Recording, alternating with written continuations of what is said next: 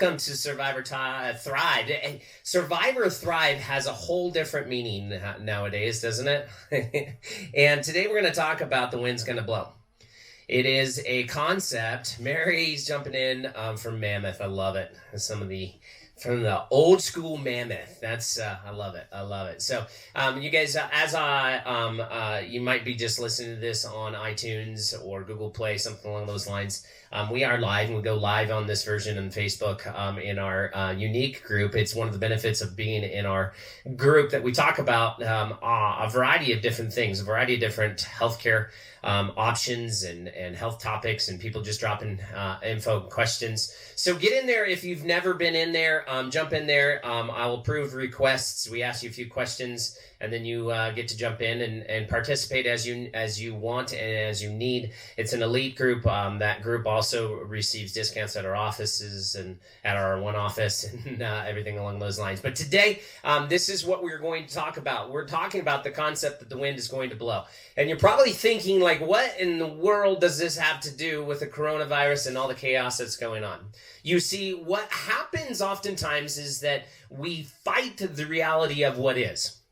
So we're fighting the reality that the wind's going to blow. When the wind is blowing, we could say, well, the wind shouldn't blow, or the wind is actually making my life miserable right now, and it shouldn't be this way. But the reality of it is it is. And so a lot of people are not facing the reality of this coronavirus.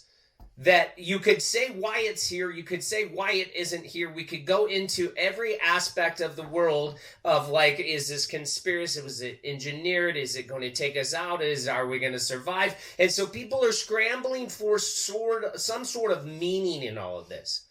We're scrambling for some sort of, like, how long is it going to take? We're dying basically on the anticipation of something that we don't know what it even is or what it's doing or why it's being portrayed the way it is. And I've talked to this. I've kind of fed into this. I'm like, look, here's the statistics, and the statistics are not showing our level of chaos.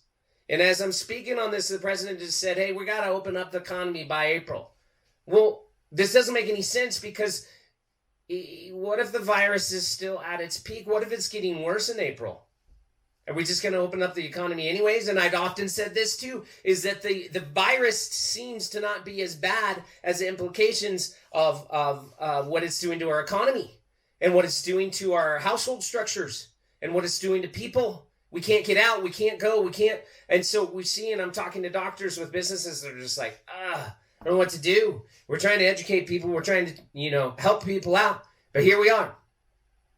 And so what we could actually sit around and do, and here's the danger of this, and I'm going to give you a life lesson in this, and how it applies to your body, how it applies to spirituality, how it applies to your balance, like your relationships, and even your business or your bank account if you're not self-employed. But it is a reality of fighting what is. So it's fighting the wind. And I love this concept. If you've never read it, Byron Katie's book, Loving What Is, gets you to a point of, like, well, the coronavirus shouldn't be this way. People shouldn't be mean. People should not be saying what they're saying. People should, and you just should all over yourself. Compared to, it is what it is. Compared to realizing that the wind is going to blow. A dog is going to bark. I love this. Byron Katie said this. You can't make a dog meow. So the reality is a dog's going to bark. And this has implications throughout. All right, we had a little meltdown last night. Our kids are just like, they're at each other. And I know you're going through this. Raise your hand in here in our Facebook Live group if you're going through this. All right, this is normal. And it's normal emotions. And we just said, hey, you shouldn't know. We said, hey, it is what it is. Marina and I were like, literally having a glass of wine, and they just started bickering, fighting. And I'm like, hey, instead of saying you guys should not fight, because you are, the reality is you are fighting. The reality is you have emotions just like the rest of us. The reality is that they are going through exactly what we're going through, that they feel the stress, they don't have an outlet. They don't know how to deal with these emotions. And the one thing that they can actually be told is that these emotions are okay. 56 million kids got uprooted from their norm. Like their sports, their activities in their school, their social events, totally dead. And we actually say they should not have the emotions that they are going through. And this is a concept of like, it's not a matter of should or shouldn't or could not. It's a reality of accepting what is and being okay with this. Every day I deal with people in the office that are so boxed in an emotional just constipation that they cannot release because they were taught at such a young age that their emotions must be shut down. No, you're not allowed to act this way in public. No, you can't actually say that in church. No, you can't actually be that way in a relationship. You're not allowed. And so we shut it down. And then we actually look at other people and say they shouldn't do that. But the reality is, like this big dog that you've heard on my podcast so many times, he just walked in. He's in my room. I said, hey, he shouldn't bark. A dog shouldn't bark. Well, how stupid is that? Because a dog is always going to bark. That's what they do. And so the more that we become okay with the reality, and I'm going to have some implications for you on this coronavirus, the more we become okay with the reality of what is, accepting it. Like, my kid should clean his room. Well, he didn't. So the reality is he shouldn't clean his room because he didn't. And a lot of you are fighting that this coronavirus right now shouldn't be what it is. And I was one of those. I'm like, the reaction shouldn't be, but it is. Now, all of that is out of our control because I'm not sitting on any government. I don't have Trump's cell phone to say, hey, I got to weigh in on this for you, and this is what I think. No, it just doesn't, that's not a reality. So I could stay in stagnation. I could sit in my house and I could actually stew on the fact of what should be, or I can accept the reality that this coronavirus is a domino. It is a rock that was thrown in the pond and the ripples will be coming. And in that reality, the exception of the reality, I get to make some moves. I'm in the office. I'm in the office serving people. And one of the biggest things that I saw yesterday was apathy. People are like, I don't know what to do. I don't know what to do. And Lord, I know a lot of you are staring at your kids at home. You're staring at each other. And we're like, we don't know what to do. And I get it. But see, in this chaos and fighting the reality of what's been laid on us as a public, something that we've never seen before. And the reality, most people are just they're stunned. And then we go into apathy. Like, I'm not going to do anything. I see business owners that are just like, okay, I guess I just lock my doors. I'll shut down and I'll go away. That's not the way it works. You will go away.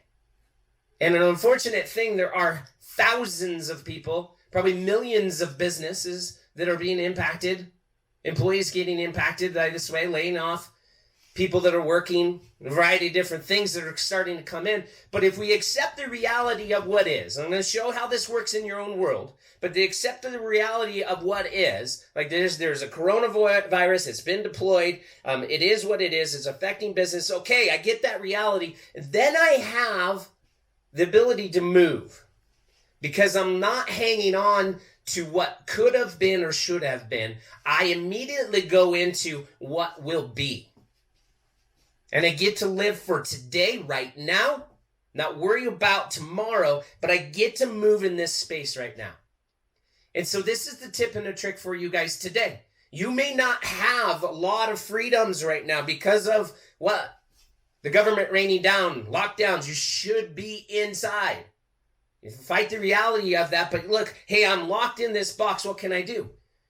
But you realize that instead of fighting the reality that I shouldn't be locked in this box, I'm locked in this box and let me make some moves. Let me make some moves. What could I do? Well, it's a great time to catch up on a book. It's a great time to start my exercise routine. It's a great time to connect with my kids. People are starting to pop up all over the place with ideas and things that can be done. But in chaos, oftentimes people will get apathetic and stew on the facts of like, it shouldn't be this way. It shouldn't be this way. They show this in actually gunfights and gun battles and people getting shot at. Instead of moving, they just they freeze. And everybody outside was like, move. You got to move. You got to move. Please just move or you're going to die. And people don't move. And I see this a lot right now in this virus, that people are literally like staring at a bullet coming their way and they can't move. They're like, I want to do something, but I don't know how to do it. And big part of this is letting the wind blow. The wind's going to blow, so you accept the fact that the wind's going to blow. And in this beauty of acceptance, you start to actually move. I love when the wind blows. Or I'll be out hunting and the wind starts to pick up and I'm like, it is what it is. I'm like, oh, in the past I used to be like, man, the wind and it's going to ruin my hunt. And I'm like, let's figure out a way to flow with it. And so the tip and the trick for today is that somewhere in your world, whether it's in your body, whether it's in your connections, your spiritual connections, what I'm calling your being, it's in your balance, your relationship with your kiddos, your significant other, or even in your bank account or your business, if you're a business owner listening, these are all components that you're fighting the reality. And in fighting the reality, you've gotten to this stagnation that you don't know how to move anymore. You're telling yourself a story out of this reality. Every time I work out, it doesn't work. My body doesn't work. Blah, blah, blah. And you start creating this story and start fighting the reality of what is, instead of accepting the fact that, like, I need to get to work. I need to move. And I need to do it consistently. And yeah, I shouldn't be in this position. Yeah, I shouldn't have a body that works this way. Yeah, I shouldn't have a thyroid that is lazy. Yeah, I shouldn't. And so we sit in this realm of fighting what is. I shouldn't have body fat like this. I shouldn't have, all the obligations that I have. I should be able to carve out 30 minutes, but I'm not. And you just let go of that. The should-haves, the should-haves, the should-haves. It's like the wind shouldn't blow, and it is blowing. Happy day, the wind's blowing, and I'm going to move, and I'm going to adapt. And so what does that look like in body? Today, I'm going to be consistent. One of the best ways an alcoholic can become a non-alcoholic is to wake up today and say, today, this is what I'm going to do. I'm not going to drink. Tomorrow, who knows? I don't know what tomorrow is going to bring. It may bring copious amounts of stress. It might be tons of stuff that comes flying back at me, and then I drink tomorrow. But today I'm not going to drink. It's like same thing. Today I'm going to eat. I'm going to eat for my health. Well, might make some sense. Might have some vital aspects of it nowadays. And so I'm going to eat to actually be healthy. I'm making this move today. I'm not going to fight the reality of what was yesterday and what should have been. I'm moving in this today. In my spirituality, my church has taught me X, Y, and Z. It's okay. Well, I don't think it should be this way. I don't think the church should do this. I don't believe in tithing. I do believe in tithing. It doesn't matter. We get rid of all the should-haves, and we start to have a connection. We start to get back to what matters most. I've said this too many times that religion is the opposite of a connection with our Creator.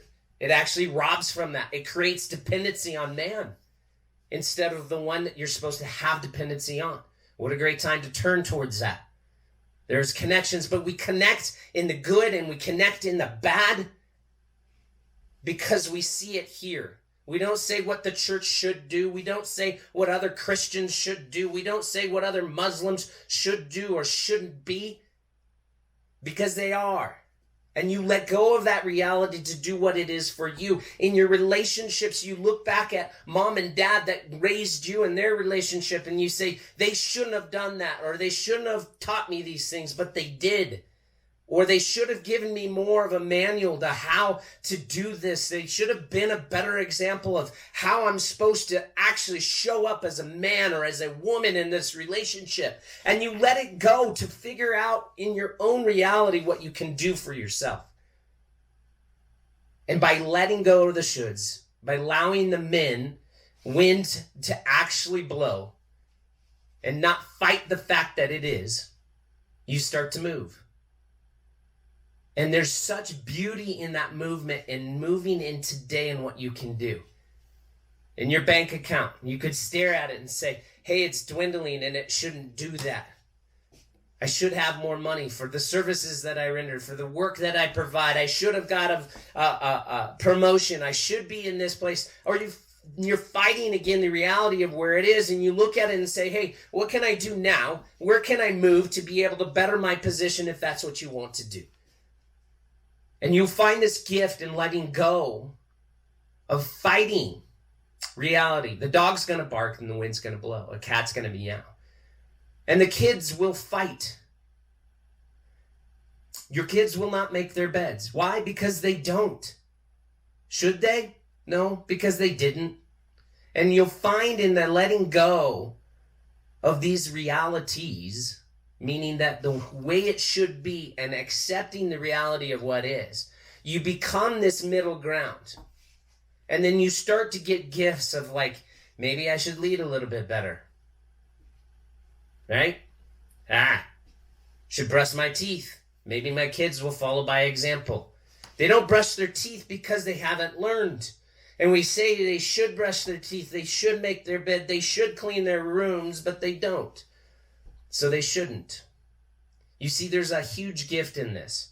And in this day that we're fighting Corona for what it is, and everybody's got their opinions, and everybody's got their shoulds, you should do this or you shouldn't do that. I'm coming at you and I'm saying you should. You should get high amounts of vitamin C. You should get adjusted on a regular basis. But I look at the reality. If you're in my office, that's what should happen because you are. If you're seeking these things, the reality is that's what it is supposed to be. I'm calling people. Hey, connecting, how can we serve you? You want to come in? Great. If you don't, I'm not going to fight what you should do. Because you're doing exactly what you are supposed to do. Because it's yours. And I stay in my business. I work in my business. I give God his business. I give you your business. My job's to teach and move. That's all. I deliver a light on a daily basis from what I've learned and what I've gathered and the people that pour into me. And I let it go. What you do with it, I can't fight. If I look at all my patients, I'm like, they should do all these types of things. They should be coming in more often. They should be taking these things more seriously. They should be connecting their health to chiropractic. They should be actually elevating their vitamin C. Because look at the reality of what vitamin C does. They should. And I'm fighting and I'm handling way more stress than I need to be. So you're attaching stress to this coronavirus because you're fighting what actually the reality is. You're living in this world of shoulds or it coulds, meaning it could cause all sorts of havoc. It could liquefy my organs. I heard that the other day. It could actually make my entire family sick. It could actually take out communities because we don't have enough respirators and we don't have enough healthcare facilities and not enough beds to take care of all these types of things. It could. But the reality is it will do what it's going to do. And the only thing that you can move in and the only thing that you can take care of right now is what you have in front of you. And so you take a step. You accept reality and we take a step and you move. And when the bullet's coming at you, you just take a step.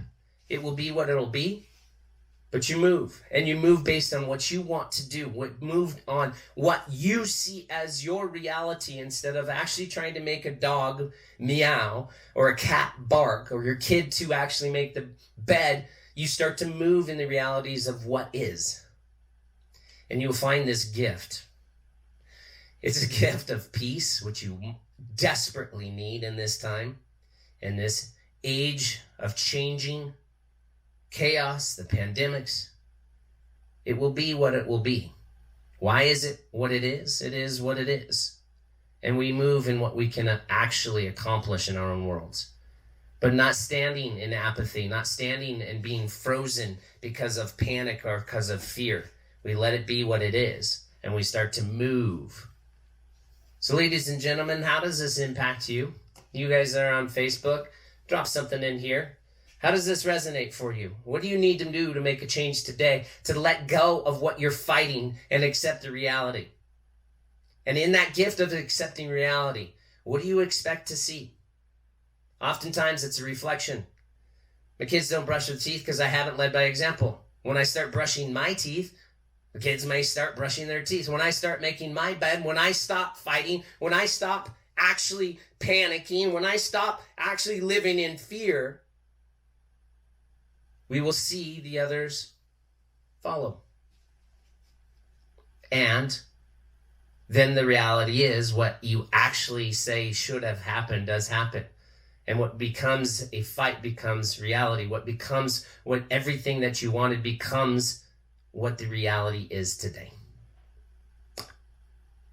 So drop a comment, drop a post if you're seeing this afterwards on YouTube. Comment in there, give a thumbs up. In love and light, that's all I got for you right now, today, on this podcast. But we'll be dropping more information. Get the book, Byron Katie, but live the concept. Live the concept of loving what is. Be okay with the wind blowing, with the dog barking, with the cat meowing, because it is what it is. And you'll find yourself in so much more peace, so much healthier for your nervous system, so much healthier for your family. And you'll find yourself living a lot healthier, balanced across your body, across your connections with your spirituality, in your relationships, and even at work or in your business. And you'll be up and above, thriving, rather than just trying to survive and get above, fighting reality instead of accepting it. That's all I got today. In love and light, we'll talk to you next time.